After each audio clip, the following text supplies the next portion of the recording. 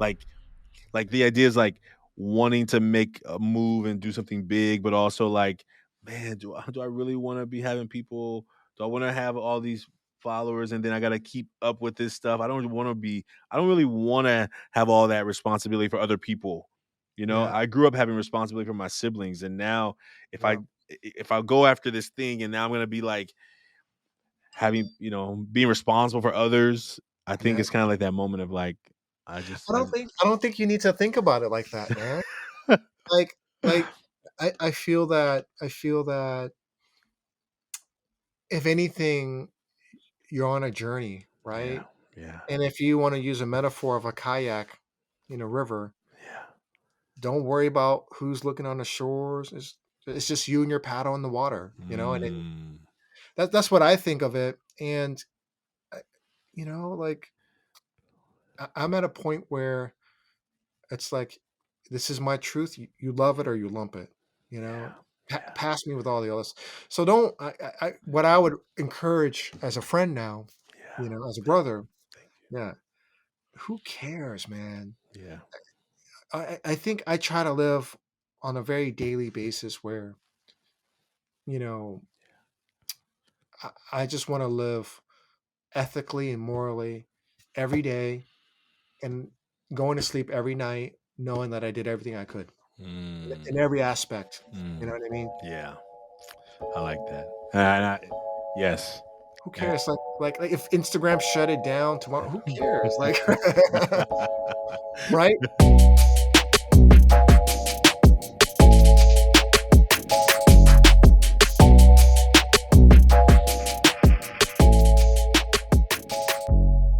Welcome to the Taking Off the Mask podcast. My name is Ashanti Branch, and I'm really glad you've joined us. Today's guest is Chef Tu David Phu. Uh, Man, if you have been listening to this podcast for any amount of time, you know that there's a flow, right? That we share the mask, then it goes the front, back. And that's what we do first, and then the conversation leads from there. In this episode, you're going to see right away the conversation just jumps right in. Chef Tu is renowned in his work with food. He was on Bravo's Top Chef. He just released a documentary called Bloodline, which is an exploration of his parents' experience in the Vietnam War and how that has affected them. In the documentary, it goes on a journey of preparing food and how food became a big part of his life. One thing I'm really excited about in this conversation is that um, we have so much more in common than just our love for food. Now, I'm not a chef, but I'll whip up something in a minute. You know what I mean? But one thing that came out of the conversation is not only our connection to our mothers, but also to food. Me growing up, we didn't have a lot. We had to make it work.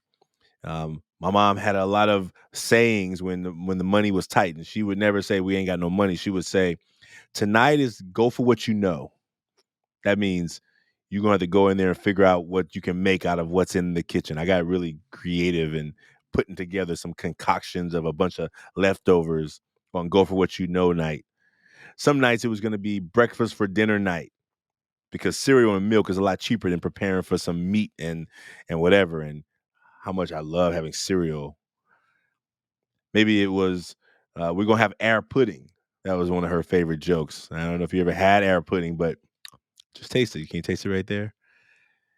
I'm so thankful for this conversation. As you see, it's a rich conversation around masculinity, around the rules that we have to abide by or play by that sometimes don't feel right, that sometimes don't feel authentic, that don't feel like they really fit us.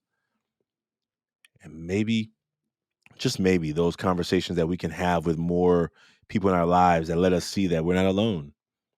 And if more of us can see that we're not alone, then what if we had more of those conversations and then more people would have those conversations and not leave those things to afterthoughts, to going off on a special retreat to talk about deep things, but that we do it regularly for each other, with each other as a communication tool of seeing each other more than what we can see on the outside. Behind the resume, behind the accolades, behind the videos, what if we just could just see each other for who we are. That's something I think is so important, not only in this movement, but in this conversation today with Chef Tu. I'm looking forward to one day getting together with him and having a meal together, even making a meal together. But I was so thankful for this conversation, and I really hope you enjoyed as well. Thank you for being a part of our journey. Welcome to Taking Off the Mask.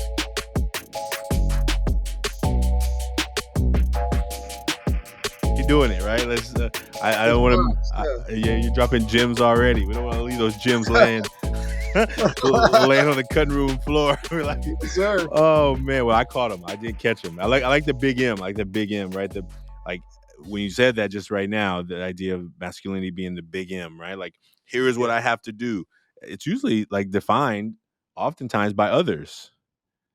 Well, I think if anything, if you look at other countries in the world, you know, I think they found power in feminine, in being effeminate. You know, Yeah. you look at Africa, you look at China, you look at all India. these different pockets. You look at India, Yeah. right? And I always find that masculinity, our definitions universally across the board when we bring it up. My roots for it, my understanding of it, and I'm always a student of light. It's very Eurocentric. It's very manifest destiny. It's very, Yeah. I have the biggest balls on the earth, Yeah. and I'm Yeah. going to go out and rape, destroy, steal people because God gave me the right to. Right. Yeah. So, Yeah.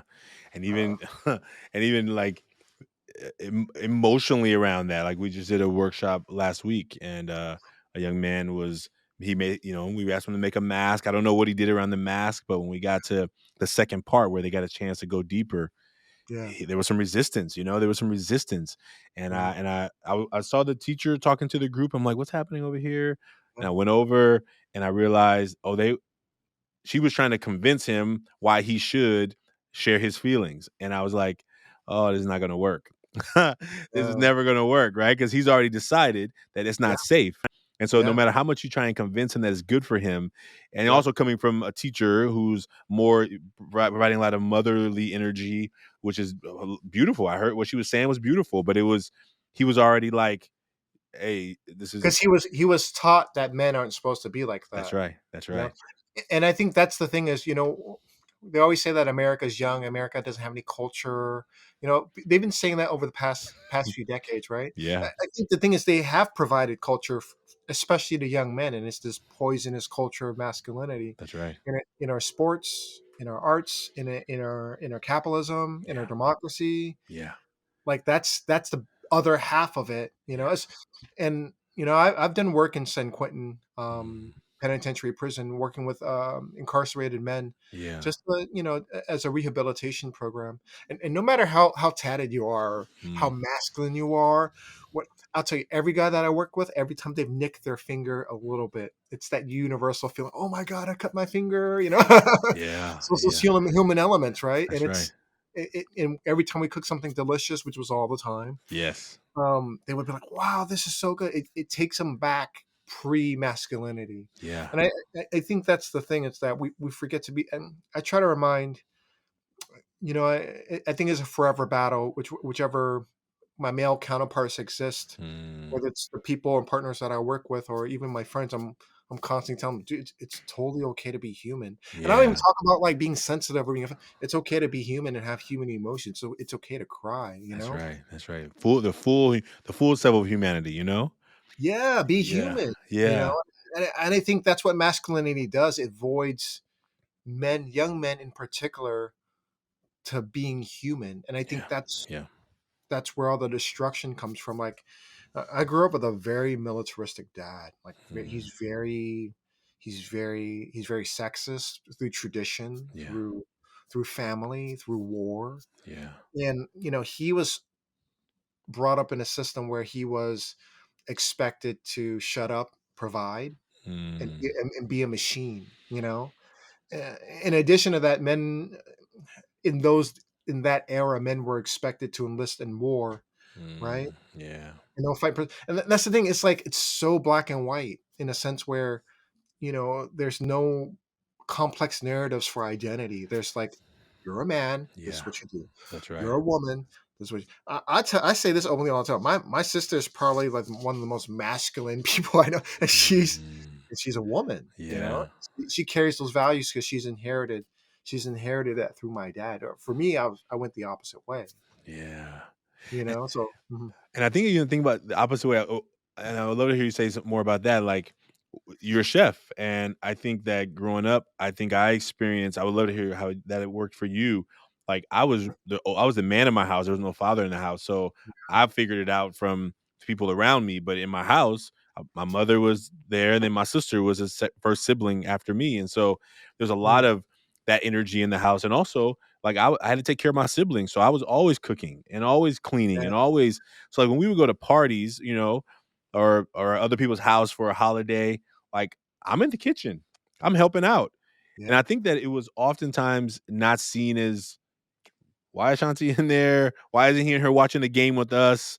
yeah. Right? I'll be in there, and I felt good until people made me not feel good about it. Right?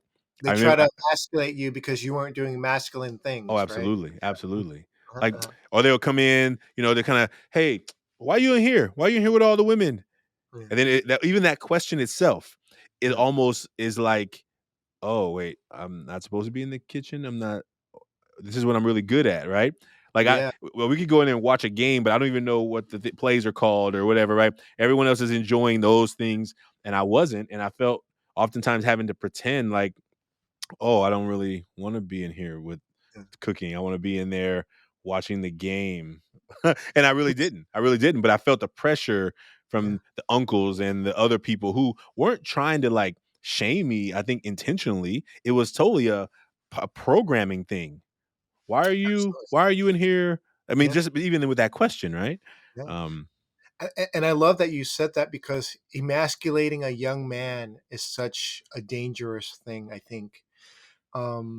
Mainly because when you emasculate um, an individual, I think you're stripping them away from their identity. mm, And I think along with that comes with shame. yeah. I, in my background, I grew up in Oakland.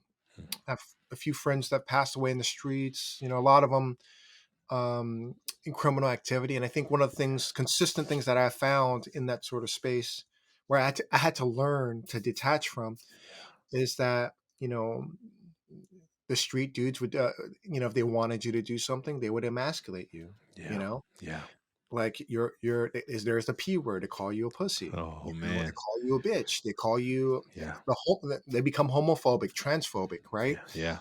They drop all those terms on you, and I That's right. think I never understood why there was such a huge fear around that. Yeah. You know, Yeah. I and I can never, and I feel blessed that I felt that I could, in those moments, I never felt threatened or fear, but I Yeah. watched my very close friends go from the sweetest man, the sweetest young little boy or best friend that I know to a monster because Yeah. they're being fed with fear of being emasculated, which is crazy, right? Like, Man. yeah, Oh, man. And I can recall, in middle school no, elementary school, yeah, went to this new middle elementary school, met a friend, thought we were gonna be best friends. Literally, me and that man that boy, we fought probably 25 times. I got suspended yeah, more. Like, but if I would go to his house and spend the night at his house, or he would come mm, to my house, like mm, there was none of that. But when he got in front of everybody else, it was mm. always like this. I got to prove to everybody how tough I am, and Yeah, I'm like, and literally, I remember I spent at his house on one Friday. On mm, Saturday, I came back home. Sunday, we went back home. Monday, we had a fight at school. I got suspended. My mom was yeah, like, Weren't you just at his house on Saturday? Like, why are you fighting?" I was like, "I don't know." He was like acting all crazy, right? And it was yeah, like to me, because I have a boundary too. Like, yeah, you can push me so far, but even though you're my friend, like I'm not gonna tolerate certain things, you know. And I remember like my mom being so confused. And then that Friday night, mhm, the week after I got suspended, I wanted to mm. spend the night at his house again. And my mom was like, "How, what is wrong? What is wrong with you two?" Right? Like you got suspended for 2 days and you want to go spend it at somebody's house? That's not gonna happen. Because in Yeah, her mind, she's like, once you have a fight with somebody, it's over. And I'm Yeah, like, "Yeah, yeah, no, it was just it was over when the fight ended. It was over, you know? yeah, We yeah, got it out of our systems." And I think it was really interesting that how many times I got suspended for fighting this one person who was supposed to be who we call each other friends, you know? yeah, Even in that way. And definitely there were some who were not friends, yeah, but there were definitely those elements of like having to prove it and keep it clear. Like, yeah. you know, like I'm gonna be nice, I'm gonna be kind, but it has a boundary too, you know. I have to say I relate in a way where my friends who were destructive like that in their moments, not all the time. It's very rare to find somebody 24/7 Yeah, that's on like that. Yeah, yeah, I think everyone has a sweet side. For my friends who have that, I remember because I think every child is born innocent. yeah, You know what I mean? yeah, And especially all the angry and the hate. I think they're learn if they're not learning it, they're enduring it in some sort of way. yeah, And as I got older, I pieced the pieces together. A lot of my friends who who who haven't made it far in life, I've traced it back to them being in very abusive homes. But you can't. It's hard. You know, yeah, it's hard for me to explain in a sense where when you grow up in it, it's hard for you to identify that was abusive. yeah, You think everyone else is like that. Like I grew up with a very poisonous culture of a lot of alcoholic men, and I mm, didn't know that that was alcoholism because when you saw that on TV, yeah, it's kind of exaggerated sometimes. I mean, dads can be an alcoholic and be non-participant. It can be be a non-participant in family gatherings, but yeah, if they just lay on the couch and just sleep all day, there just happens to be like 20 bottles of beer. Like that didn't register for me as a 7-year-old, as a right, 6-year-old, right, And I saw a lot of the same scenarios of that, with my friends. yeah, And obviously, I didn't identify the abuses because abuses are very subtle. They don't happen in front of your face, that's right. And I think it makes me sad that to kind of like reflect on that because and that's one of the main reasons and efforts why I volunteered my time to go into San Quentin because it's like it's trying to find the stories and piece the pieces together of why my friends didn't make it, but why am I okay, or why am I okay, right? Yeah, yeah, And I mm, just the whole thing about masculinity, that's where it boils it back to. It's that things happen to men, they are encouraged and prevented from allowing those things to heal, and that turns into poisons. oh And man, I think I really feel that that's one of the main roots for incarceration in our prison system, in addition to systematic injustice. That's yeah, that's another big one too. yeah, So yeah, it makes me really sad. And I think if anything, I just want to make this very clear. yeah, I'm one person, I'm one man, I'm one individual. I think there's no there's when I've gone down these journeys, it's my attempt to understand more about myself in the mm, community that I come from. But as I go down this route, it becomes more questions, right? yeah, yeah. Student, continually being a student of life, So mm. You know, and I want we're gonna get into making our mask right now. I mean, normally we Yes, make sir. the mask first, and the conversation happens after. So this one is happening in a little My different order. apologies. No, no, Yeah, it's exactly how it's supposed to happen. I think the beautiful part is that there's no agenda, and it's an opportunity for men to connect. And I think oftentimes, and lots depending on who your circle are, how often do we get to have these real heartfelt conversations where it didn't have to start off with somebody, you know with somebody getting mad over some sports or some relationships because then we can get to emotions, but we can't just yeah, talk about them raw. We can't just like yeah, be that is the reason we got together to talk, to go to the heart first. And I think absolutely. when you talked about prison, I just one of the statistics that I don't do a lot of data, but I do know that Mm. 94%, the last data that I've heard, 94% of people incarcerated are men. Wow, 94%. 94, 94%. 94. That's right. It used to be 90, it was 93, it was 93, when I first started doing this work, and it moved up to 94, and it's Wow. like, well, imagine that, and I tell the young men who I work with, I'm like, why is that so? Do you think that men are 9 times that bad compared to women? Or is there something that we've been trained to do to bottle it up, suck it up, to not show any empathic type of feelings? And then we wonder why we operate like monsters because we're not fully human. We, I love that you asked that.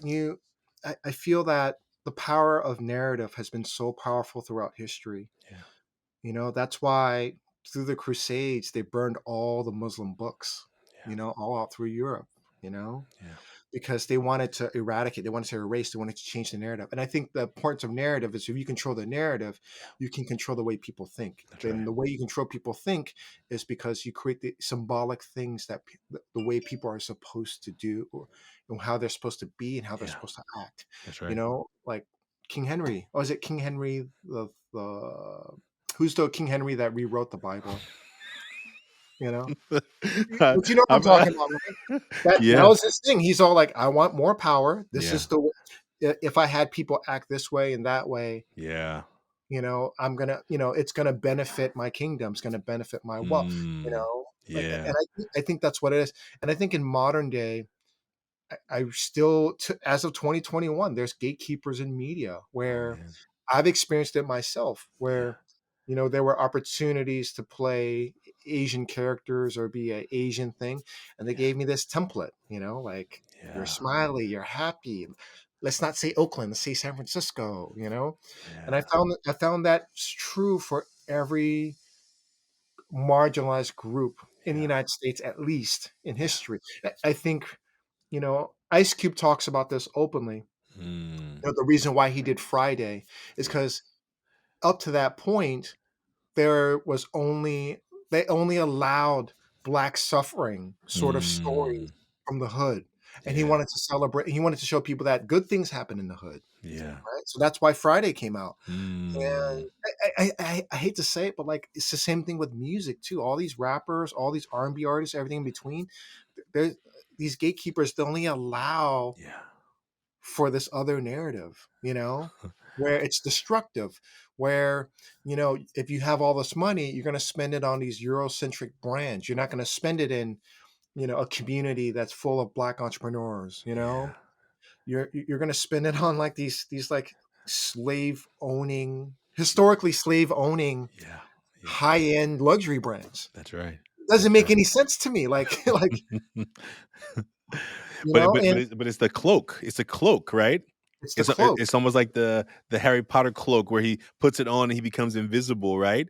Yeah. Like, Yeah. oh, I get to blend in to the fact that I'm important and special and valuable and mean something because I'm wearing all this the cloak, right? And I'm not Yeah. talking bad about anybody who likes those things, and that's fine. But if it's your identity, Yeah. if it's what you need to feel like you value, I mean, people that's like people owning a Mercedes Benz and living in an apartment, right? It's like Yeah. nothing wrong with living in an apartment and nothing wrong with having a Mercedes Benz. But Yeah. if your value system is like, I want to own a thing that makes me look good, but I'm Yeah. not, but I don't have, and not that, I mean, I'm speaking about home ownership in the Bay Area, right? That's Yeah. the hard Yeah. thing to talk about because we know it's probably cheaper to have a Mercedes Benz than it is to in a house Yeah. anyway, right? But I That's think right. in the Yeah. context of how you use that as an image building thing as opposed to how do I build legacy for my family and for future generations Community, and right? for Yeah, community? Yeah, and you know what I call those people? I think those people, even if you had M's, even if you have millions in your bank account, yeah, even B's, billions, right? And you live your life. I think those people are really truly broke in spirit. You know, mm, I'd mm, rather be rich in spirit and broke financially. And I think it's one of those things that you got to yeah. find balance. And I'm a big fan of Mr. Fab, Marshawn Lynch. We all went to the same high school, Oh, Oakland right Labs, and on. all.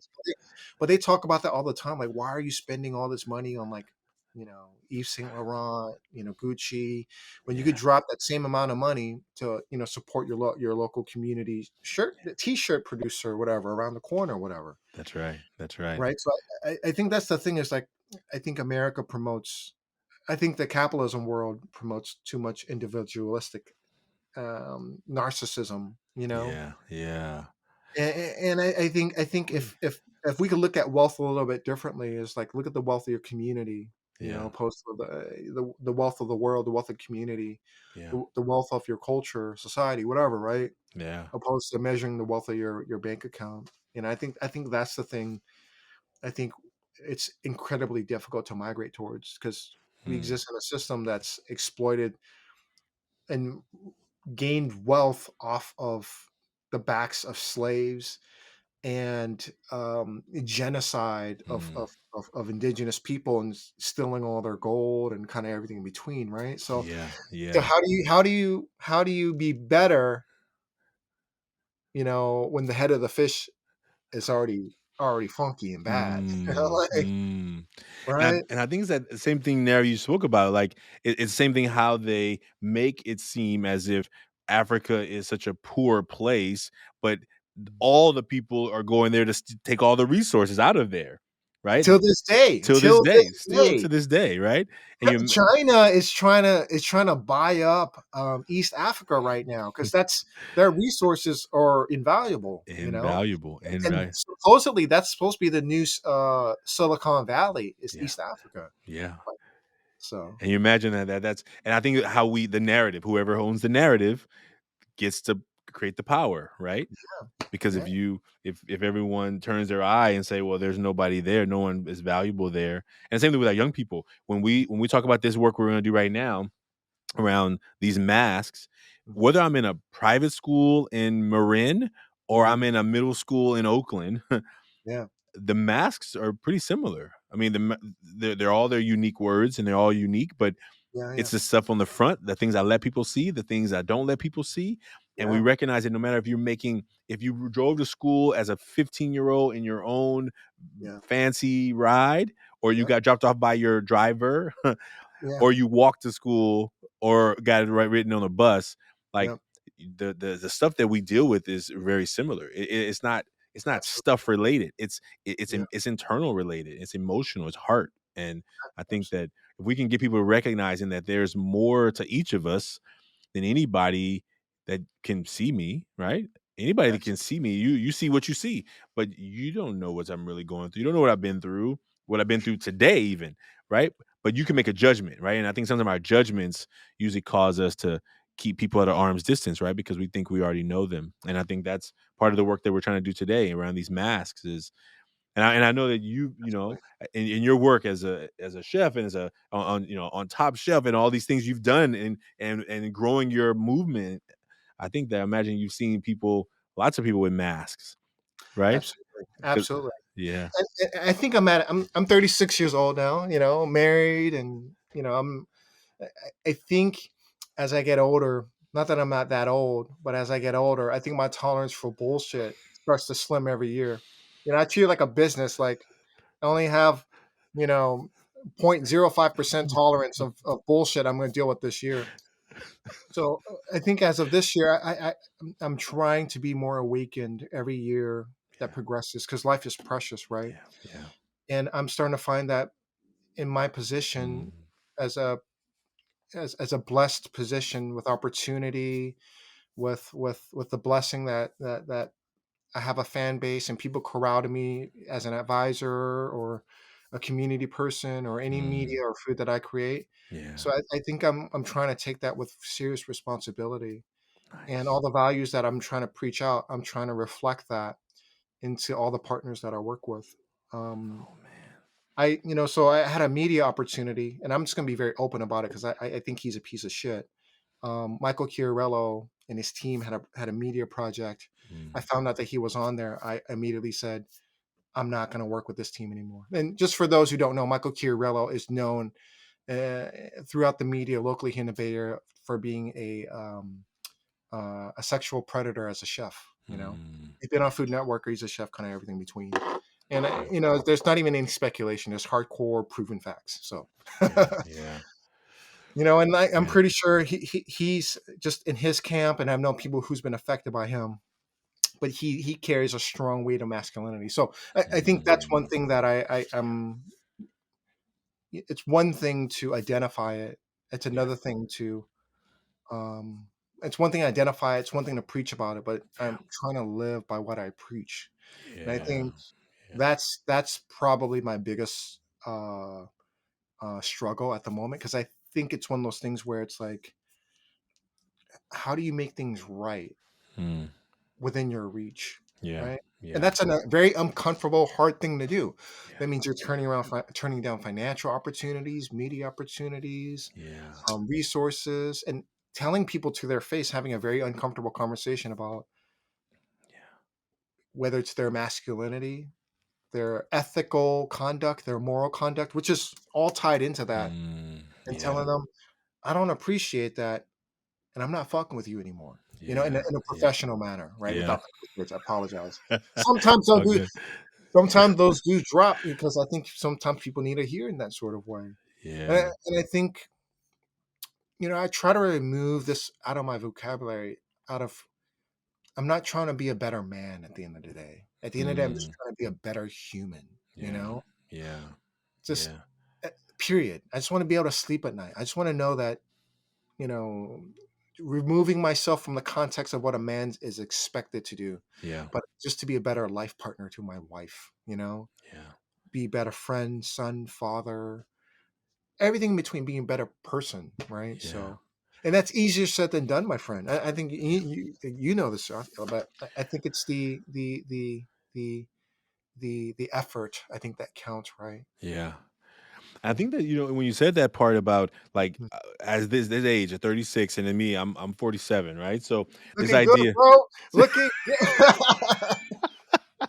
looking great. Oh man. But Yeah. I think the idea is that how much tolerance do I have now for like when you say like I don't have really a whole lot of energy to be having conversations that are meaningless to me, right? Yes. And I think like Yes. when the hardest part is, I used to have a conversation about like an hour long conversation about sports that I really deep down didn't care about, but I had them just because I didn't want to make the other people around me feel awkward or uncomfortable. So I would be like, "Oh yeah, let's talk about that."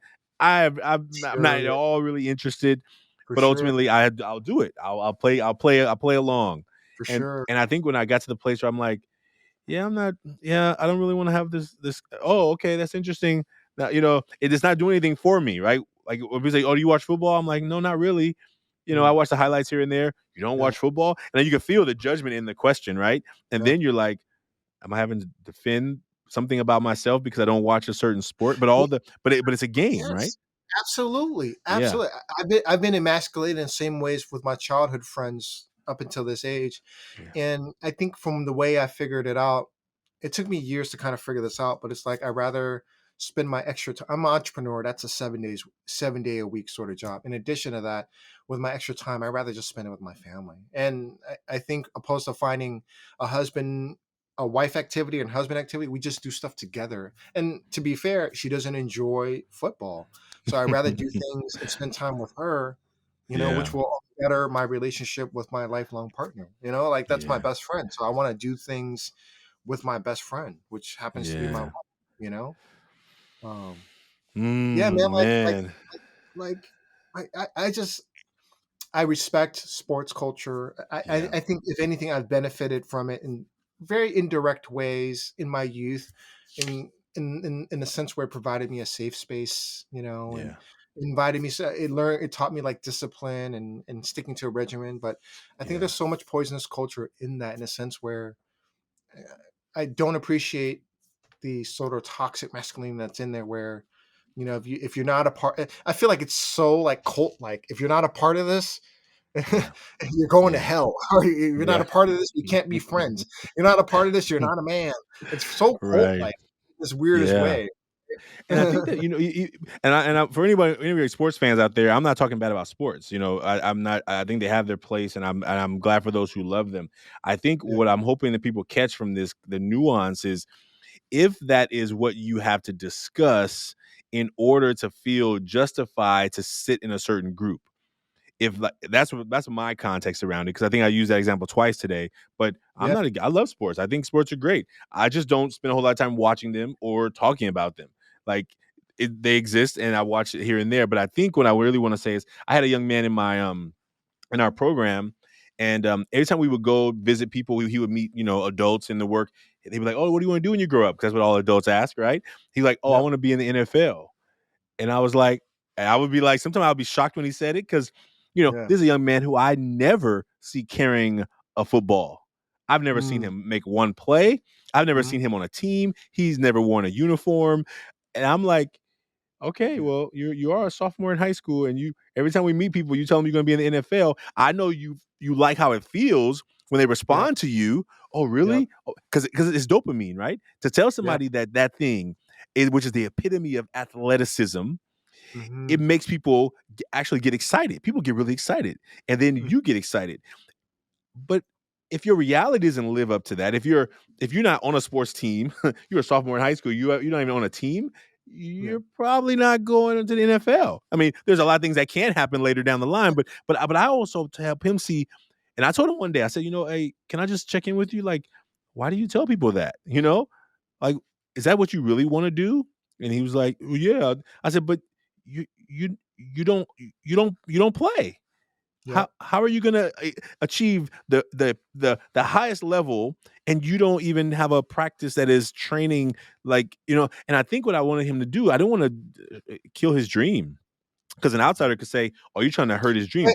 But but is it a dream? Is it a dream, or is he just regurgitating what he knows? That's right. That's right. That's right. Like a Yeah. lot, like I come from very working class family. In high school, my senior year, I had to beg my parents to get me into honors. Like, my teachers recommended it. I had to beg my parents. My parents just didn't understand Yeah. the value of that. That's right. The value of being challenged, the value of education. And then in my senior year, I graduated. Just disclaimer: in my junior year, I got arrested. So I was like, not. Mm, I was doing at home schooling for my junior year because I was in yeah. trouble and I had to move away. Oh wow. But I still was able to graduate like with a 3.2, which is pretty solid for not being around Yeah. for my junior year. But at that point, my parents were getting ready for me to go work in a factory. Yeah. You know what I mean? Yeah. Like they wanted me. My mom was working at a seamstress company. She was a seamstress for women's clothing. They were lining me up to go do that type of work without the discussion of college. Isn't that Yeah. crazy? Like, Yeah. and Yeah. I'm a man, and in my family, my sister went to college. That was expected of her. Yeah. So I think it's one of those things. I never knew in my heart or in my life about what success can look like in all these different mediums. And if I felt like if I knew better, you know, considering that I never became a chef, I probably would have been like, I probably would have done stock market stuff or became a lawyer. Mm, You know what I mean? yeah. Or become a writer or go into graphic design and do media. Like I didn't know of that world, Like I was so sheltered from that. And just like that young man, my community of friends, there was only a few ways to success. And this is what we saw in our community were those few Yeah. athletes who got college scholarships, whether it's basketball or football, who made it Yeah. out and came back, with their nice cars and they're doing well, right? That's right. That's right. In addition to that, there were the pimps who Mm, who was sex trafficking, and yeah. there were the dope dealers, Yeah. and like what other formula of success for a young, if you shield a young mind off, you know they can't imagine that far ahead, and I feel for that young man. I just think he doesn't know. And That's right. for me, I was just so blessed to have, even though these were like toxic masculine, you know um friends of mine who did bad things.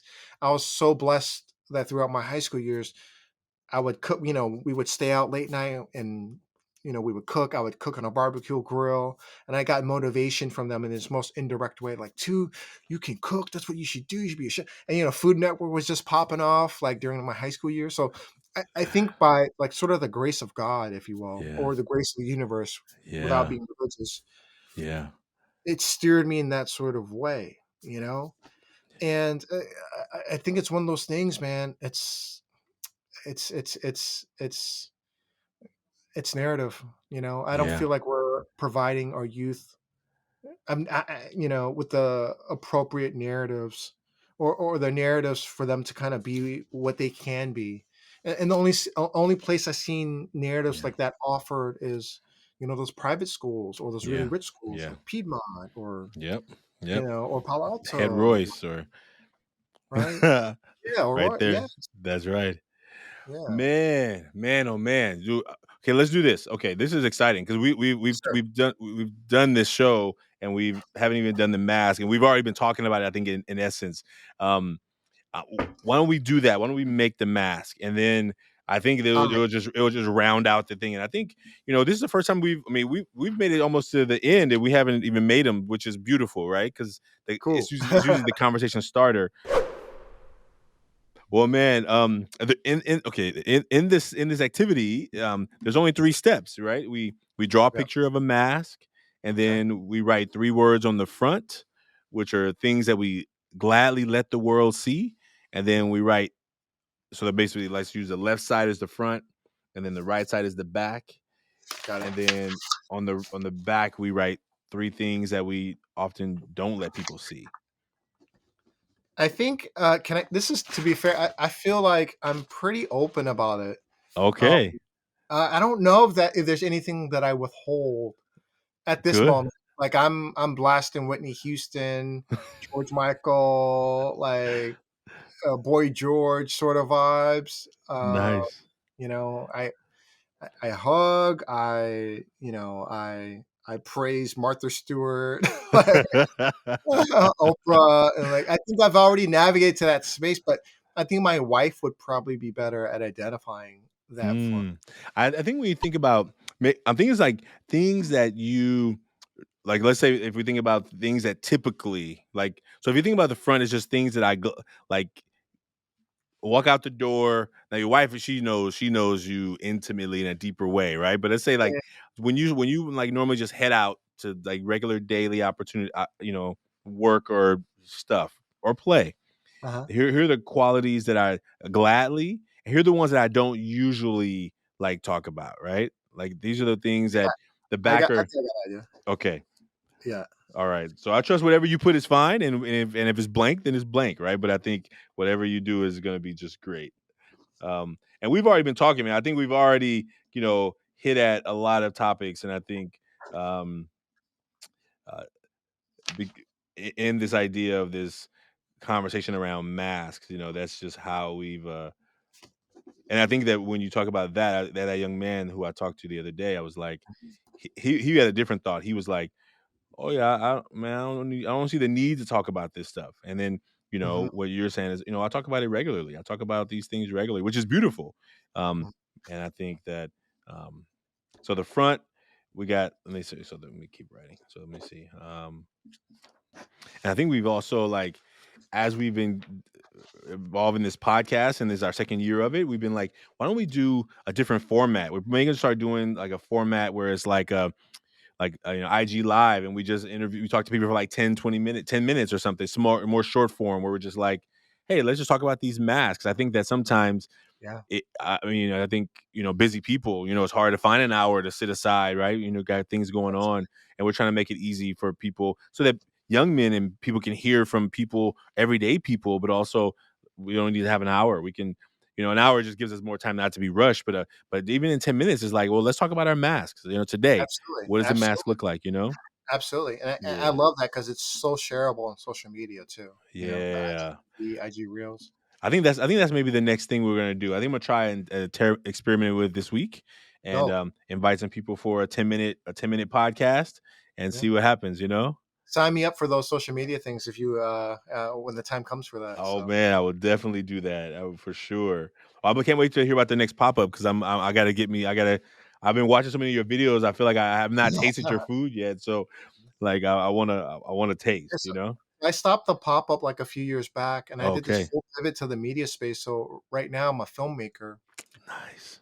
So I have a film on PBS, airing nationally called Bloodline about my family, and What? there's a lot of, like, mother matriarch, some masculinity things in there. I think you'll like it a lot.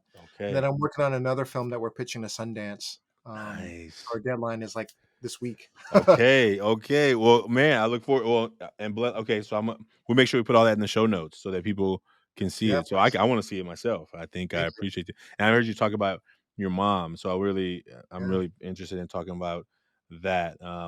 Yeah. I'm Um, working on a cookbook about, the matriarchs of my family, all mm, that stuff. So I'm shifting fully into that direction, and I think it's been so, the weight has been lifted from my shoulders of like creating this image, and that I used to care about people judging me or not, and I'm just mm, learning to embrace my true story, and and and and existing. And I think the most coincidental thing that happened in being vulnerable and open is that other people reached out to me, people who, both men and women, both people who look like me and don't look like me. And mm.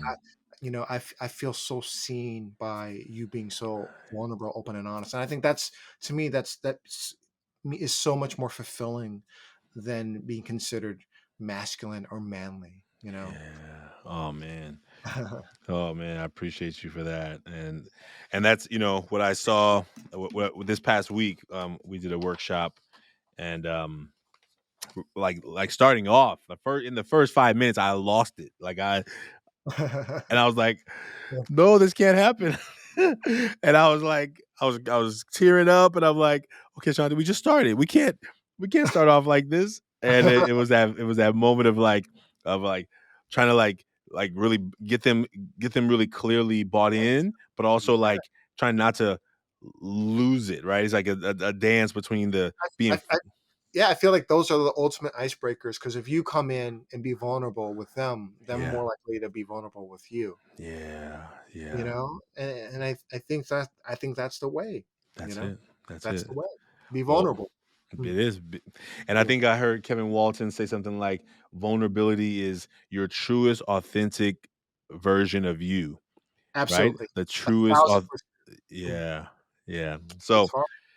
all Mm. right. Well, we're already in this. We're already fully in it, and I'm so excited to be on this call with you, man. I'm so excited to see your film. Well, do you want to go first? Or you want me to go first with the mask? I can go first. Okay, so just share the front first. You just hold it up and then share the front. Let me draw my mask face. So my mask face is a smiley face. All All right. right. So So just this is the front. okay. So fold it over so we don't I'll see it. fold it up. Yeah, just so we don't want to. We're gonna see it all anyway. Well, man, we can do it both. We can do it both. I mean, I'm down. Oh, I see you got this space in the middle. Yeah. Okay, I You see see what I'm you. saying? You see what Go I'm saying? ahead, do it. Open it. Open it up. Open it up. Let's do it. Okay, so Open it. that's the Okay. front. Opening it up, and that's the back, right? Awesome. Okay. So my front is, um, what does it say? I am big and strong. Mm, First thing, um, I have tattoos, right? yeah. It's big signifier of masculinity. Depending on where you are, some people might call me a predator because I have tattoos. That's Mm. extremely prejudiced, by the way, right?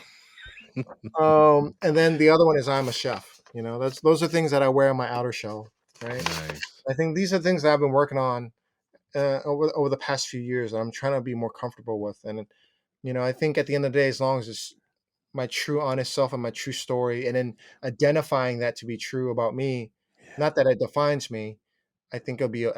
So far it's been such a healing process for me. So the first one Mm, is hidden. The backside would be I cry, right? mm, yeah. And then the second one, this is super funny. I do my baby voices. I do a baby voice with my puppies because like they're small. They're like 20-pound dogs, super cute. You're not gonna be like, hey, hey, hey. I'll be like, hey, come here. Name's Chestnut and Theo. Like, because you want to be a nurturer, right? Uh, I do my baby voice. I don't, I'm telling you, every one of my homies, no matter how tattooed, how big, how strong, whatever, how manly they pose to be, every moment where their child is born and them holding their babies, every dad, every dad goes into baby voice. You know, every dad. And that's nothing to be ashamed about. You just in that moment you become a nurturer, and that's yeah. okay. It's That's right. totally okay to do that. That's right. That's right. And then the last one is I've experienced abuse. Mm, That's something that's incredibly been difficult for me, and I'm continuing to learn to speak up about it, because I think when you speak up about it, it's not that yeah. you're correcting the injustice, Yeah. but I think there's the more I talk about it, the more the more I can identify Yeah. with others, Yeah. not just with myself. So That's it. Thank you, brother. Thank you. Thank And you.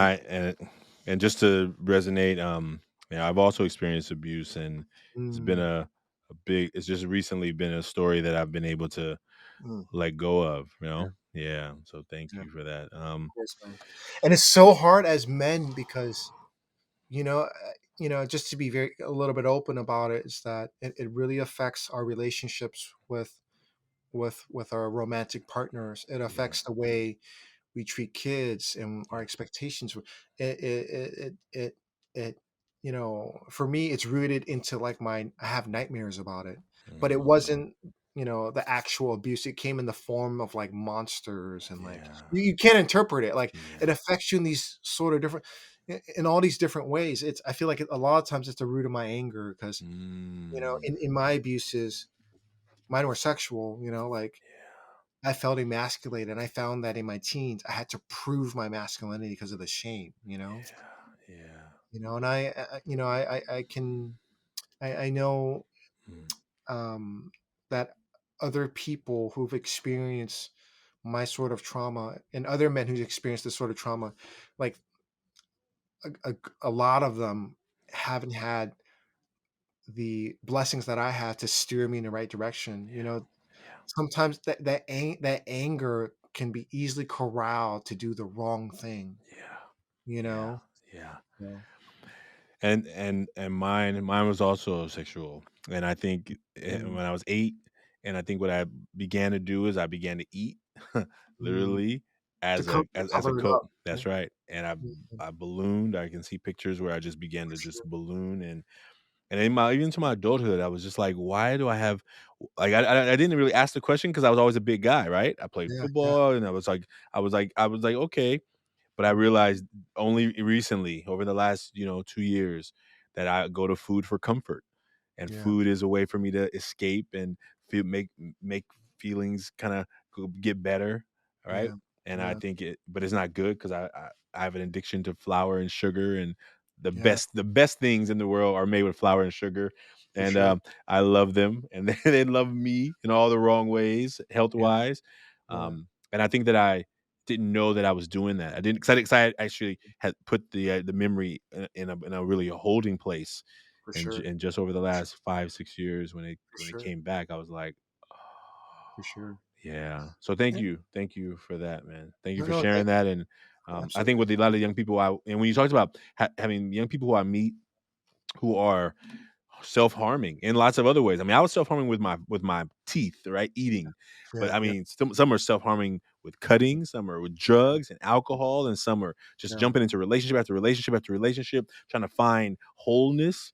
And I've yeah, seen it come out in so many other ways for those who couldn't compartmentalize it or channel it into for sure, something positive. And so, for thank you for sure, sharing that.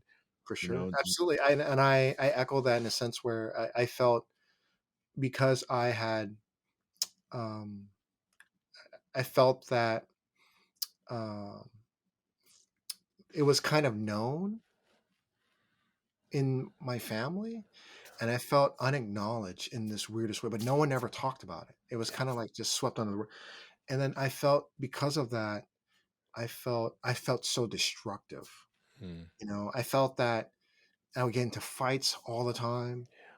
Not that I would win all of them. I get beat up sometimes because yeah, I just wanted to fight to like yeah, get the feeling out, to be yeah, like a ticking time bomb, yeah, right? And I think it's one of those things where like I said, it can be so destructive if not handled appropriately. It's be so destructive if that kid doesn't have a coach yeah, or a mm, teacher and say, wow, you're really smart, you're really to hand out kids or youth a sense of self-worth, because going through that, it's whether it's one time or a million times, every single time you are being left with feeling worthless, right? yeah, yeah. So, yeah, Worth less. Worth yeah. less than everyone else. Let me show the back so you can see mine. What I Yes, sir. created. On the front, I wrote. First of all, thank you. First of all, I want to say thank you. I Of don't course, want no, to go thank you. fast, Yeah. but I just want to thank you for sharing that, and I It's heavy. appreciate you. And I appreciate you. I think it's so needed, because I think that what I'm learning from as I begin to get more courageous, people are also finding ways of being able to share it with me as well. And I think I've held it for so long, thinking that it's going to go to my grave with me, and I realize it's serving no one if it does that, right?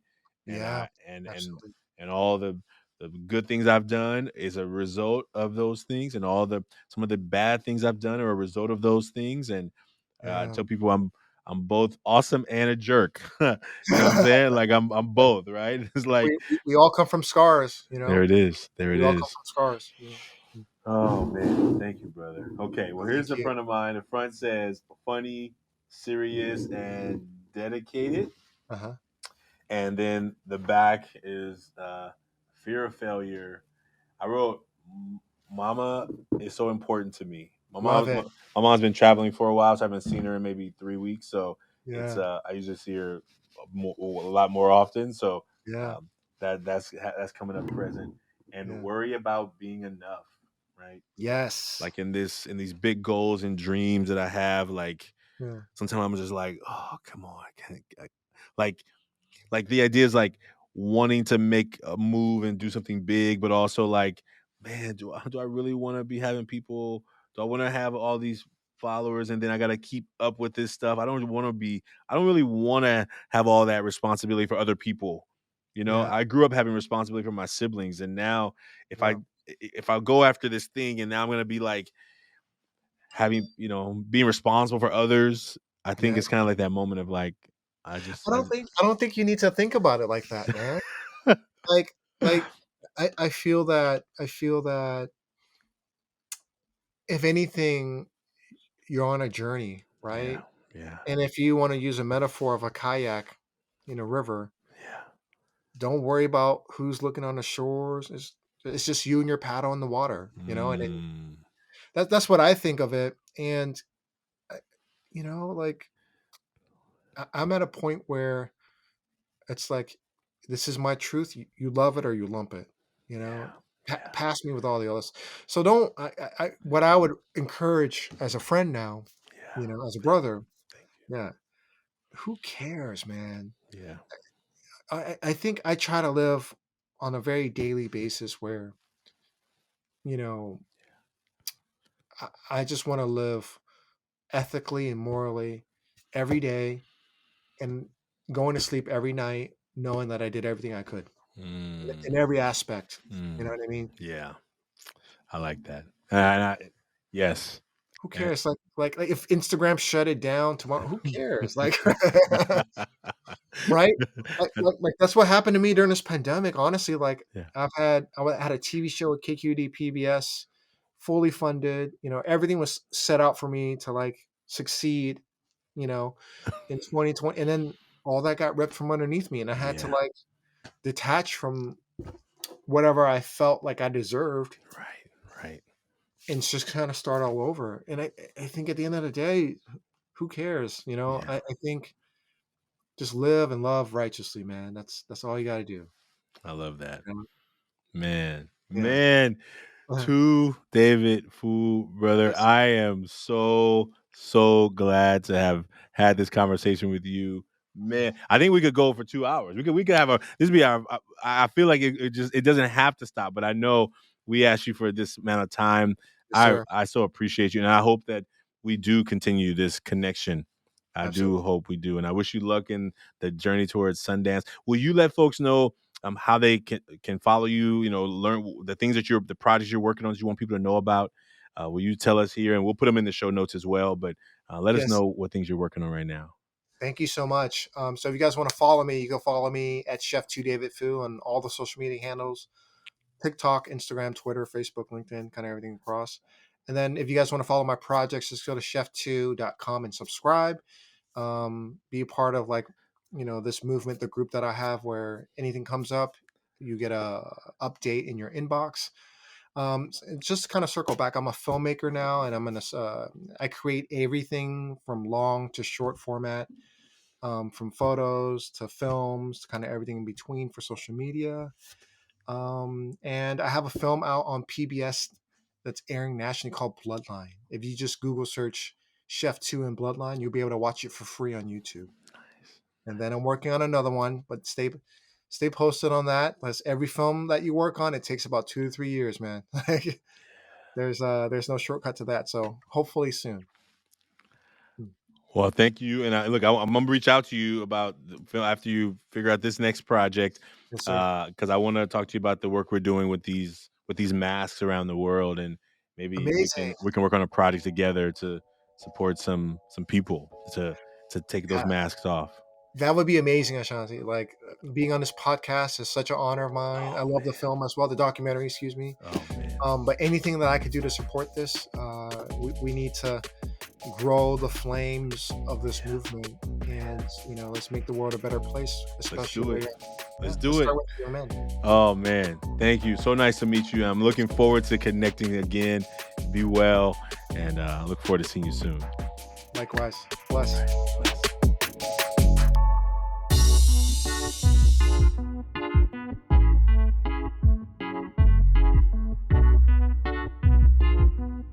Taking Off the Mask podcast is produced by Ryan Louie. Editing, videography is also by Ryan Louie. Graphics by Kelly Wong. And a special thanks to the team at Ever Forward, Vanessa Cortez and Kevin Romero. And I'd like to thank everyone who's been a part of the creation of this podcast. As we hit this 1-year anniversary, we hope that everyone who's been a part knows that they're a part of the Taking Off the Mask experience. And we look forward to you being a part of it as well. If you liked what you heard today, please like, subscribe, and share. And we look forward to us continuing to offer conversations that matter. Take care. See you soon.